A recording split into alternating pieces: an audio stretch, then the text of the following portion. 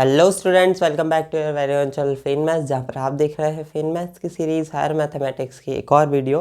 पिछले वीडियो में हमने बात की थी कि कैसे हम एग्जैक्ट डिफरेंशियल इक्वेशंस को सॉल्व करते हैं, और आज की वीडियो में एज प्रोमिस्ड हम बात करेंगे कि जब कोई इक्वेशन एग्जैक्ट नहीं होती तो कैसे हम उसको रिड्यूस करके एग्जैक्ट बनाते हैं, यानी कि हम उसको जो यथार्थ अवकल समीकरण है वो उसको कैसे बनाते हैं, किसी भी नॉर्मल अवकल समीकरण से हम उसको कैसे यथार्थ में ट्रांसफॉर्म करेंगे, इस पर हम बात करेंगे। इस टॉपिक पर हमारे 2 वीडियो होंगे।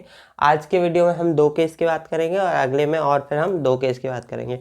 वैसे एक्चुअल में ये टोटल 5 केस होते हैं, बट थर्ड और फोर्थ जो है वो एक्स के लिए होता है और एक वाई के लिए होता है, और वो ऑलमोस्ट सेम है।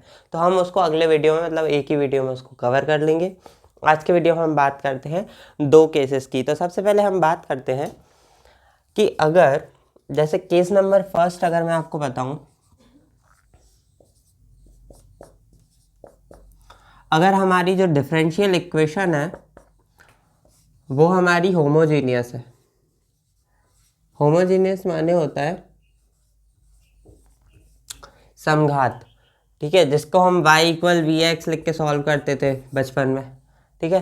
तो वो हमारी जो समघात होती है इक्वेशन, उसको हम कैसे एग्जैक्ट बनाते हैं। तो देखो, कोई भी हमारी जो इक्वेशन है उसको हमें एग्जैक्ट बनाने का सिर्फ एक ही तरीका होता है, वो ये होता है कि हम उसमें उसके इंटीग्रेटिंग फैक्टर से, यानी कि समाकलन गुणक से उसमें मल्टीप्लाई कर दें। अब लेकिन यहाँ पर समाकलन गुणक वो नहीं है जो हमने अब तक पढ़ा है। हमने अब तक पढ़ा है समाकलन गुणक होता है ई की पावर पी डी एक्स, ई की power integration of P D x, यही पढ़ा है हमने। लेकिन ये नहीं है, यहाँ पर समाकलन गुणक अलग चीज़ है। यहाँ पर समाकलन गुणक हर केस के हिसाब से अलग होगा, और वही चीज़ जो है इसीलिए हम इसके अलग अलग केसेस पढ़ेंगे, क्योंकि इसमें अलग अलग तरीके से समाकलन गुणक हमें निकालना सीखना है। जब एक बार हम समाकलन गुणक निकाल लेते हैं किसी डिफरेंशियल इक्वेशन के लिए, तो हम क्या करते हैं, उस समाकलन गुणक से, यानी कि उस आई एफ से उस इक्वेशन में मल्टीप्लाई कर देते हैं, ठीक है। उस इक्वेशन में क्या कर देते हैं, मल्टीप्लाई कर देते हैं। तो इसका जो फाइनल हमें जो इक्वेशन मिलती है वो हमारी एग्जैक्ट होती है। अब इसके लिए अलग अलग केस है, क्योंकि जैसी हमारी डिफरेंशियल इक्वेशन होगी उसके ही अकॉर्डिंग हमारा क्या निकलेगा, आई एफ निकलेगा। तो ये हम पढ़ते हैं। फर्स्ट केस में हम कह रहे हैं, जैसे कि मान लीजिए हमारी इक्वेशन होमोजीनियस है, तो हम क्या करते हैं, हमारा जो इंटीग्रेटिंग फैक्टर होता है वो हमारा 1/mx प्लस एन वाई होता है, ठीक है। 1/mx प्लस एन वाई होता है। यहाँ पर m और n, क्योंकि हमने, अगर आपने ये पिछला वीडियो नहीं देखा है इसका, तो वो पहले देख लीजिए, क्योंकि उसके बिना इसको देखना थोड़ा सा सारहीन होगा। तो m और n, क्योंकि हम जानते हैं हमारी जो इक्वेशन होती है वो M D X plus N D Y के फॉर्म में होती है, जहाँ पर dx के साथ जो होता है वो m है हमारा, और जो dy के साथ है वो हमारा n है। तो यहाँ पर mx प्लस एन वाई में m और n यही वाले हैं, और x और y एक और हमने एक्स्ट्रा लिए हुए हैं। और ये जो चीज़ है हमारी, ये इंटीग्रेटिंग फैक्टर है। इससे जब हम इस होमोजीनियस इक्वेशन में मल्टीप्लाई करेंगे, तो हमारा जो आउटकम आएगा, जो मल्टीप्लाई करने के बाद जो हमारा प्रोडक्ट निकलेगा वो हमारा एग्जैक्ट होगा। इसका एक एग्जाम्पल अगर हम देखना चाहें,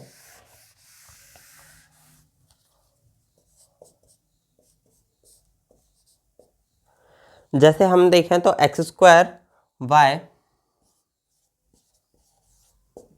माइनस 2xy², ये हमारा dx का कोफिशिएंट है, और जो कि हमारा m है।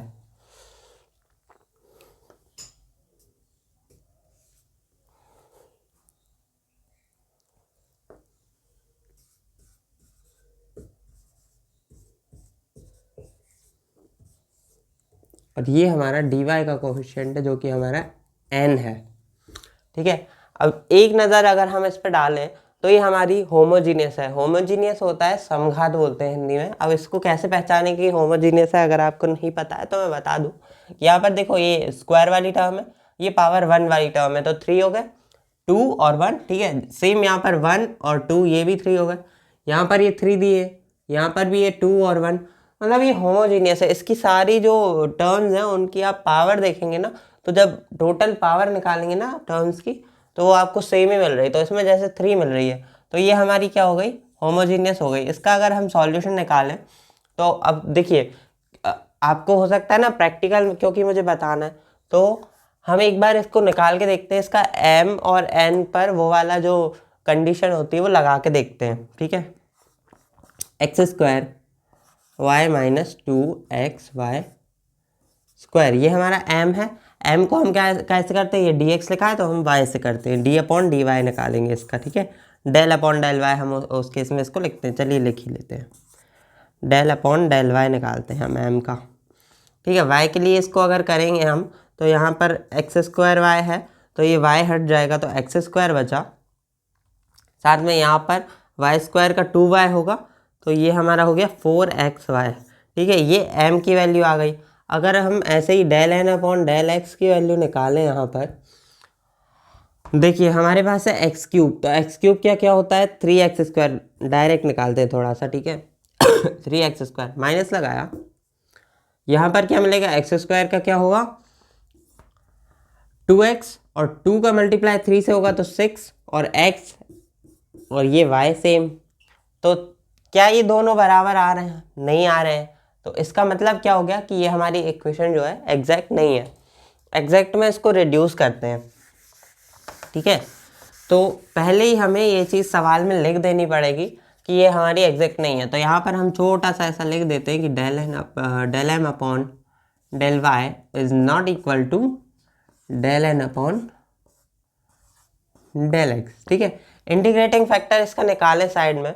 तो अगर हम यहाँ पर इसका इंटीग्रेटिंग फैक्टर निकालना चाहें तो इंटीग्रेटिंग फैक्टर होता है हमारा 1/mx प्लस ny होता है। ठीक है, तो इसमें हमें x का मल्टीप्लाई करना है। पहले हम mx प्लस ny की वैल्यू निकालते हैं, mx प्लस ny की वैल्यू निकालते हैं, इसको 1 में रख के हम इंटीग्रेटिंग फैक्टर कर लेंगे।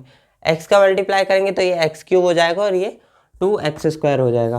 तो ये x क्यूब हो गया, ये y हो गया minus 2x square Y square. ठीक है, ये हमारी ये इक्वेशन बन गई। ये रहा हमारा dx, सॉरी अभी कहाँ, माइनस ये n है। ठीक है, इसमें हम क्या करना है, y का करना है तो x क्यूब और ये हमारा y, यहाँ पर करेंगे तो minus 3x square Y square आ गया। ठीक है, minus 3x square Y square आ गया। mx प्लस ny की वैल्यू हमने यहाँ पर निकाल ली। यहाँ पर ये प्लस है लेकिन ये माइनस हमने ये वाला लगाया है। ठीक है, अब हम क्या करते हैं, इसको हमें 1 में लिखना है। पहले थोड़ा सा अगर इसको सिंपल करना चाहें तो अगर हम ये माइनस को अंदर ले जाएंगे तो ये प्लस का है, ये माइनस का हो जाएगा और जो माइनस का है वो प्लस का हो जाएगा। तो हमने इसको ऐसा सिंप्लीफाई कर लिया।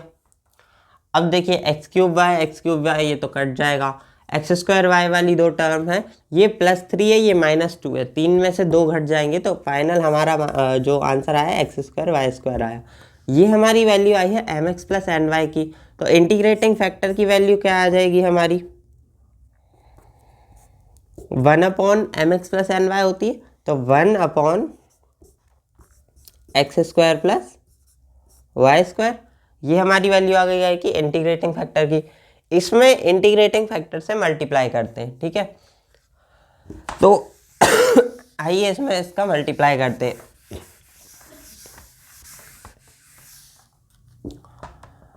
One upon X square Y square, अगर हम इसका इसमें मल्टीप्लाई करेंगे तो एक्स स्क्वायर से एक्स स्क्वायर कट जाएगा और वाई से एक वाई कट जाएगा तो ये क्या बचेगा 1/y।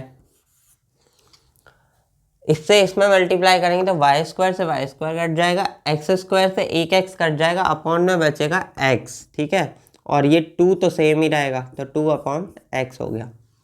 ठीक है, ये हमारी dx के साथ वाली टर्म हो गई, माइनस करा और इसमें हम करके देखते हैं तो इसमें क्या आ रहा है, तो एक्स स्क्वायर से कट जाएगा तो x/y square minus x square से एक्स स्क्वायर वाई स्क्वायर से वाई, तो अपॉन में बचा एक वाई और ऊपर बचा एक हमारा 3। ठीक है, ये आ गया। तो अब क्योंकि ये मेन हमारे जो m और n थे वो ये थे, ये m था, ये n था, लेकिन हमने ये नई इक्वेशन निकाल ली और हमारी कंडीशंस के हिसाब से ये जो हमारी इक्वेशन है हमारी कैसे होनी चाहिए, एग्जैक्ट होनी चाहिए। आइए इसका टेस्ट करके देखते हैं। तो m को y के रिस्पेक्ट में करते हैं, तो ये y नहीं है इसमें, तो इसका 0 हो गया। 1/y का क्या होगा, तो 1/y का होता है -1/y²। ठीक है, डिफ्रेंशिएशन कर रहे हैं हम। डिफ्रेंशिएशन करना बहुत ईजी चीज़ है, इसके ऊपर मैंने ऑलरेडी एक डेडिकेटेड वीडियो बना रखा है। तो ये हमारी m की वैल्यू आ गई, डेल m/del y की वैल्यू आ गई। डेल n/del x की वैल्यू देखते हैं क्या आती है। यहाँ पर इस वाले टर्म में x नहीं है, तो ये तो गया गायब, ये x है, तो x का तो हमारा 1 हो जाता है। 1/y² तो बाहर आ गया, ये 1/y² बाहर आ गया, del x, और ये x इसका 1 हो गया, तो ये पूरी टर्म हट गई। तो ये हमने ये हटा दी, और ये रहा हमारा ये माइनस। तो ये दोनों वैल्यू हमारी बराबर नहीं आ गई ना।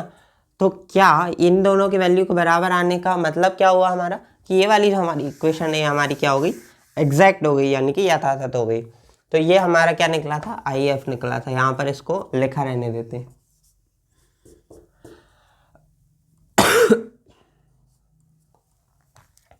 नाउ ये वाली जो इक्वेशन है इसको हम सॉल्व कर लेते हैं। जनरल सॉल्यूशन जो हमारा होता था वो होता है इंटीग्रेशन ऑफ m dx।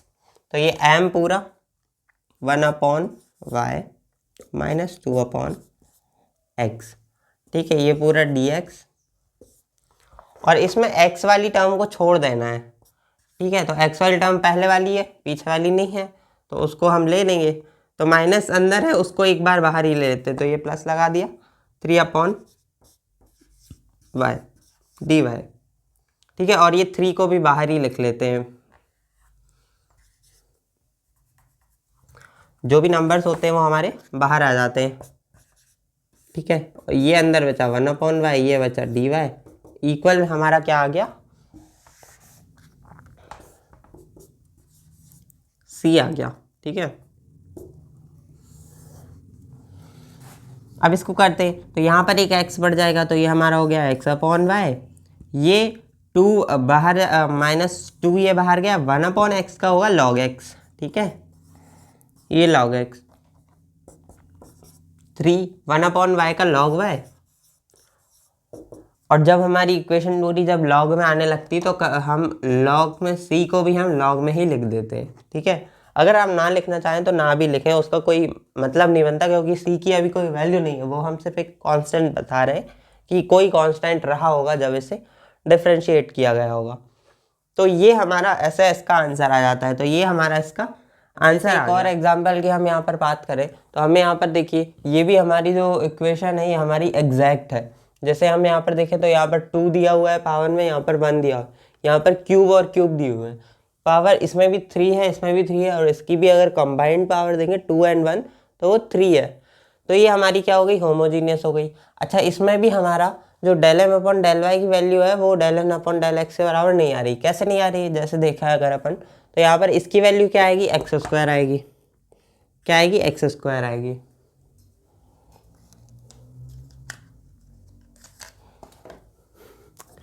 इसकी वैल्यू हमारी आएगी x²। अगर इसको देखें, इसको y के रिस्पेक्ट में करेंगे तो ये तो गया, ठीक है, माइनस सेम अंदर बाहर रहेगा, और x² की वैल्यू जब हम डिफ्रेंशिएट करेंगे तो 3x² आएगा। ठीक है, तो 3x² और x² तो बराबर होते नहीं है, तो इसका मतलब ये है हमारा कि ये जो हमारी इक्वेशन है हमारी एग्जैक्ट तो नहीं है भाई, एग्जैक्ट तो कैसे ही नहीं है। इसका अगर हम mx + ny निकालना चाहें, mx + ny निकालना चाहें तो क्या आता है, देखिए इसमें x का मल्टीप्लाई करना है, इसमें y का करना है। तो हमारी इक्वेशन क्या बन रही है, एक बार x का किया m में माइनस लगाकर, एक बार इसमें y का करना है, ये कर दिया y का। ठीक है, और ये हमारा आ गया y⁴।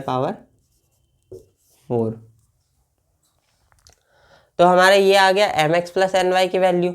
अगर इसको हम माइनस को अंदर ले लेंगे तो ये भी हमारा माइनस का हो जाएगा। ठीक है, ये प्लस से माइनस कट जाएगा, तो ये हमारा आ गया M X plus N Y की वैल्यू क्या आ गई, माइनस का वाई पावर 4 आ गई। इसको अगर अपन 1/, में लिखेंगे, 1/, में लिखने पर हमें आई एफ की वैल्यू मिल जाती है। तो ये हमारी जो वैल्यू आ गई, ये हमारी आ गई आई एफ की वैल्यू। ठीक है, ये हमारी वैल्यू हो गई, आई एफ की वैल्यू हमारी ये हो गई। अब ये आई एफ की वैल्यू से हम अगर इसमें मल्टीप्लाई कर दें तो हमारी एक एग्जैक्ट इक्वेशन बन जानी चाहिए एज पर हमारे रूल्स और पिछला सवाल देखते हुए। तो देखते हैं इसमें बनती है या नहीं। तो इसमें अगर हम वाई पावर 4 से करेंगे तो ये देखिए माइनस, पहले माइनस आ जाएगा और एक वाई से एक वाई कम हो जाएगा, तो ये अब नीचे बचेगा सिर्फ वाई पावर 3 और ऊपर है एक्स स्क्वायर। ठीक है, यहाँ पर लगाया है हमने माइनस। ठीक है, ये माइनस से हम इस पूरे में अगर मल्टीप्लाई करना चाह रहे हैं तो क्यों ना हम इस माइनस को माइनस से कर दें, तो ये हमारा पहले ही प्लस हो गया। वाई 1/वाई पावर 4 से करेंगे तो इसका करा तो हमारा क्या है, एक्स क्यूब अपॉन में वाई पावर 4, एंड ये हमारा वाई पावर 4 का इसमें जब करेंगे तो 1/वाई।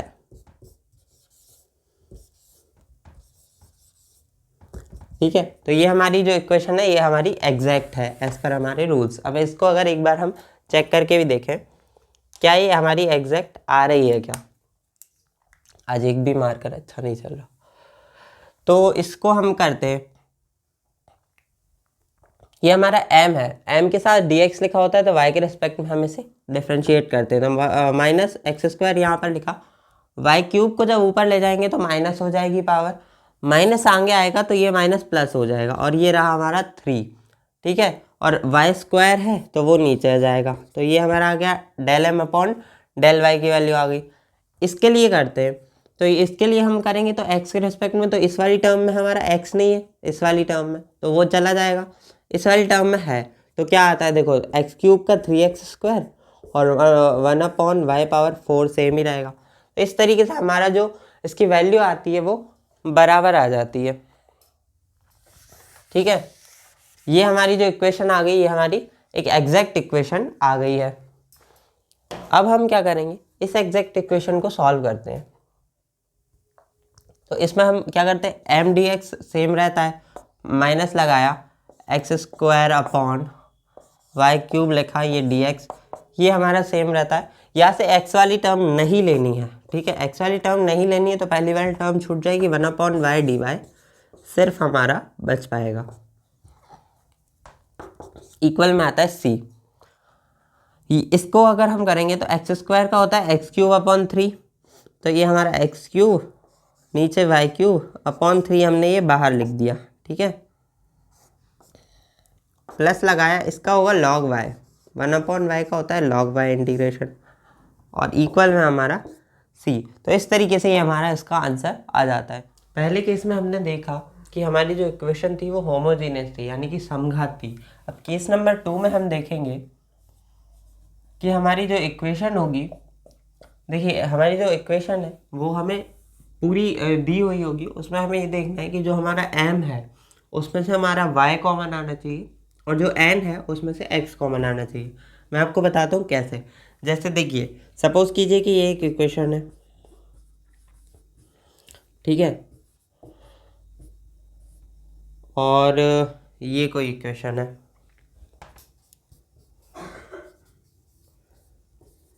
ठीक है।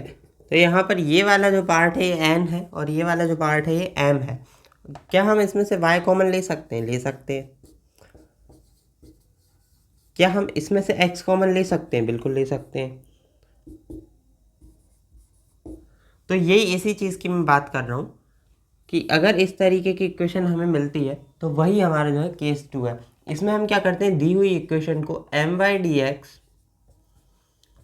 प्लस n(x)dy इक्वल 0 बनाने की कोशिश करते हैं। एक बार अगर ये बन जाती है तो हमारा जो मेन इक्वेशन जो m था ये पूरा वाला बिना कॉमन लिए वाला, इसको हम क्या करते हैं, इसका 1/mx माइनस ny ये निकालते हैं और यही हमारा इसका इंटीग्रेटिंग फैक्टर होता है। तो जब और इसी इंटीग्रेटिंग फैक्टर का जब हम इस डिफरेंशियल इक्वेशन में मल्टीप्लाई करते हैं तो जो हमारा प्रोडक्ट आता है, जो हमारा मल्टीप्लाई आता है वो हमारा एग्जैक्ट होता है। क्या होता है? एग्जैक्ट होता है। ठीक है। तो और ये जो आई एफ है ये हमारा डी के ही अकॉर्डिंग हमारा निकलता है। तो इस तरीके के इक्वेशंस के लिए हम ये हमारा केस 2 है। अब जैसे हम याद रखने के लिए ये रख सकते हैं, आज के जैसे वीडियो में हमने 2 केस डिस्कस किए हैं, तो अगर हमें याद रखना हो तो हम, अगर हमारी इक्वेशन होमोजीनियस है तो हमारा 1/mx प्लस एन वाई आता है। ठीक है, इंटीग्रेटिंग फैक्टर। और अगर हमारी इक्वेशन कुछ इस टाइप की है जिसमें कॉमन आ रहा है तो हमारा यही प्लस की जगह क्या हो जाता है? माइनस हो जाता है। तो इस तरीके से ये एक केस है। अब क्योंकि हमने ये कॉन्सेप्ट तो पढ़ लिया है, बट अब हमको इसका एक एग्जांपल देखना चाहिए जिससे हमें और ज़्यादा अच्छे से ये क्लियर हो जाएगी। तो आइए देखते हैं एक एग्जांपल। तो अब जैसे हमने पिछला वाला केस देखा, अब ये दूसरा वाले केस का पहला एक एग्जांपल देखते हैं। तो ज़रूरी नहीं है कि हमको जो क्वेश्चन मिले उसमें हमें उसी टाइप की इक्वेशन मिले जैसे कि हमने केस में पढ़ी है। जैसे कि मान लीजिए my/dy प्लस nx/dy इक्वल 0। हमने यही पढ़ाया दूसरे केस में कि हमें जब इस टाइप की इक्वेशन मिलती है तो हम उसका इंटीग्रेटिंग फैक्टर जो है वो 1/mx माइनस एन वाई से निकाल देते हैं। बट जैसे ये क्वेश्चन देखिए, यहाँ पर इस फॉर्म में नहीं है लेकिन हम इस फॉर्म में ला सकते हैं। देखिए यहाँ से हम y कॉमन ले सकते हैं और यहाँ से हम x कॉमन ले सकते हैं। अगर हम ऐसा करते हैं तो हमारी ये वाली जो इक्वेशन है इस फॉर्म में हमारी आ जाएगी।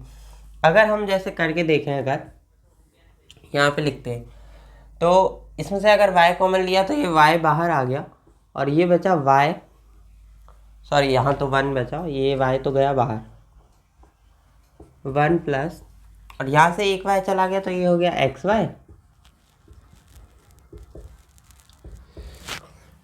माइनस लगाया, यहाँ से एक x बाहर लिया हमने,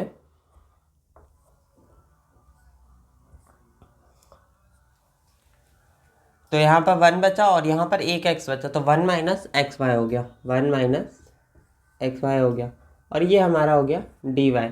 तो ये हमारी पूरी जो इक्वेशन है, आप ये देखो, ये m है हमारा ब्रैकेट के अंदर, ये y रहा तो my dx, प्लस माइनस वो तो हो ही सकता है अंदर, ये x रहा वो बाहर का, n है ये 1 माइनस एक्स वाई।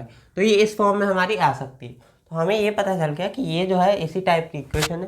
तो इसका हमने फटाक से क्या करा, इंटीग्रेटिंग फैक्टर निकाल लिया। इंटीग्रेटिंग फैक्टर, अच्छा एक और बात, जब हम इंटीग्रेटिंग फैक्टर निकालते हैं पिछले केस में भी और इसमें भी, तो यहाँ पर m और n है ना, वो ये वाले नहीं है, मतलब ये जो ये m और n है ये नहीं है, ये हमारे मेन जो इक्वेशन है m dx plus n dy वही है m और n है। मतलब कि m जो है मैं पूरा y को अंदर लेकर ही लिखूँगा, y कॉमन लेकर के जो लिखा है वो m नहीं है। तो जैसे हम यहाँ पर करें, इसको मैंने जब सॉल्व किया, इसमें x का मल्टीप्लाई किया तो ये आया एक्स वाई, तो ये आ गया।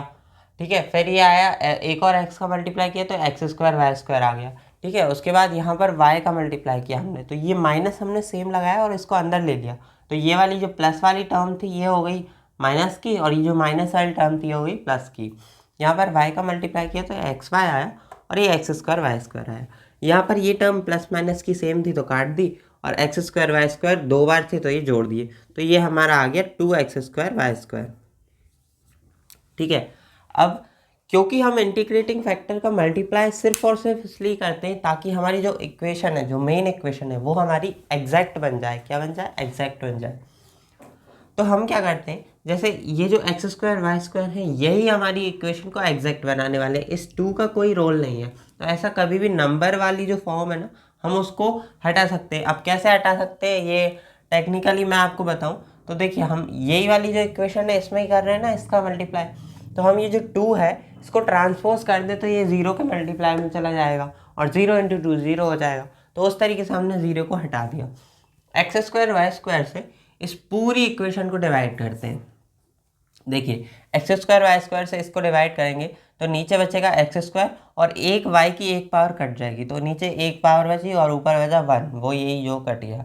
ठीक है, उसके बाद इसको एक्स स्क्वायर वाई स्क्वायर करेंगे, वाई स्क्वायर पूरा चला जाएगा और एक्स से एक्स स्क्वायर एक बार जाएगा। तो अगर हम जैसे देखें तो ये देखिए वाई यहाँ पर करते हैं, तो जैसे हम देखें y upon X square Y square, तो ये y से y ये, तो 1 अपॉन एक्स स्क्वायर वाई ये बचा, ठीक है। फिर ये क्या है, एक्स वाई स्क्वायर है, तो ये एक्स वाई स्क्वायर है, तो ये पूरा कट गया और ये एक्स से एक पावर कट गई, तो सिर्फ एक्स बचा, तो ये 1/x आ गया।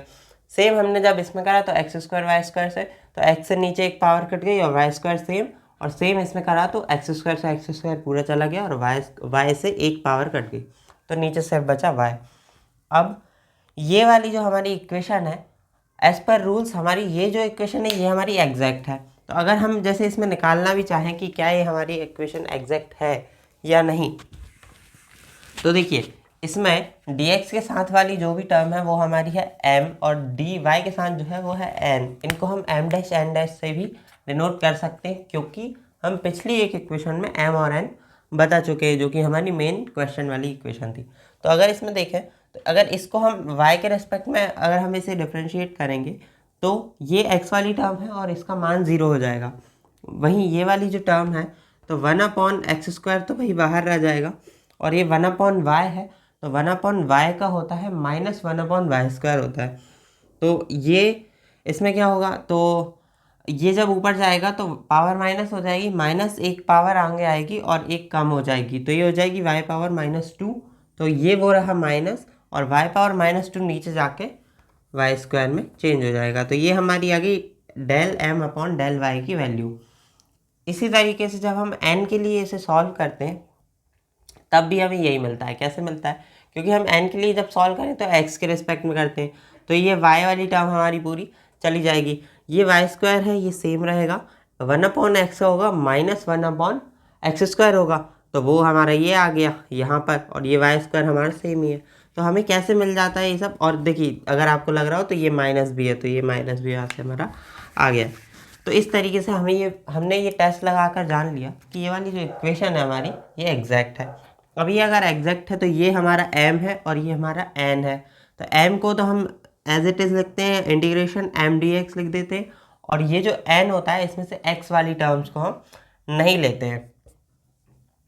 ठीक है, तो जब हम इन्हें नहीं लेते तो ये माइनस से हम जब अंदर चले गए तो 1/y हो गया। इस तरीके से इसको सॉल्व किया तो यहाँ पर हमें आ गया -1/xy आ गया, क्योंकि ये हम dx के लिए कर रहे हैं, तो यहाँ पर एक x बढ़ जाएगा और वो नीचे कट जाएगा। उसके बाद ये 1/x है तो log x हो गया, और ये log y हो गया। तो इस तरीके से हम इस तरह के जो सवाल है इन्हें कर सकते हैं। नाउ आई होप कि आपको ये सारे जो कॉन्सेप्ट्स हैं जो मैं आपके लिए बना रहा हूँ ये आपको समझ में आ रहे हैं। आज हमने 2 केस की बात करी, और अगले वीडियो में भी हम इसी तरह से 2 और केस की बात करेंगे, और उस तरीके से हमारा ये वाला जो वीडियो है जो एग्जैक्ट डिफरेंशियल इक्वेशन के लिए हमारी 3 वीडियोज़ हैं ये कंप्लीट हो जाएंगी। नाउ एट दिस पॉइंट ये आपका एक डू इट योरसेल्फ क्वेश्चन है। यहाँ पर हमारा क्या है, देखो यहाँ पर मैंने कॉमन लेकर लिख दिया है already, xy sin xy plus cos xy। यहाँ पर थीटा जो है हमारा साइन और कॉस का वो xy ही है, तो इससे आपको थोड़ा सा कंफ्यूज नहीं होना है। और ये y मैंने इसमें कॉमन लेके लिख दिया है, तो ये my dx plus nx dy की फॉर्म में ये हमारी दी हुई है। ठीक है, xy sin xy plus cos xy और ये y बाहर, फिर xy sin xy minus cos xy और ये x बाहर, और इक्वल में 0 है। तो ये आपको इसका आंसर आप जो है कमेंट में आप बता सकते हैं। अगर आपका आंसर सही होता है तो हम उसको पिन कर देंगे, और जो सबसे पहले बताएगा उसका आंसर हम पिन कर देंगे और आपको एक शाउट आउट मिल जाएगा। तो इसी तरीके से मैं आपके लिए वीडियोस बनाता रहूँगा, आप भी इस तरह से हमें प्यार देते रहिए। ये वीडियो अगर आपको अच्छा लगता है तो लाइक कीजिए, शेयर कीजिए, और अगर इस वीडियो से जुड़ा कोई भी जो सुझाव हो या कोई डाउट हो तो वो आप हमें कमेंट में बता सकते हैं। आपने मुझे यहाँ तक देखा उसके लिए आपका बहुत बहुत धन्यवाद। जय हिंद, जय भारत।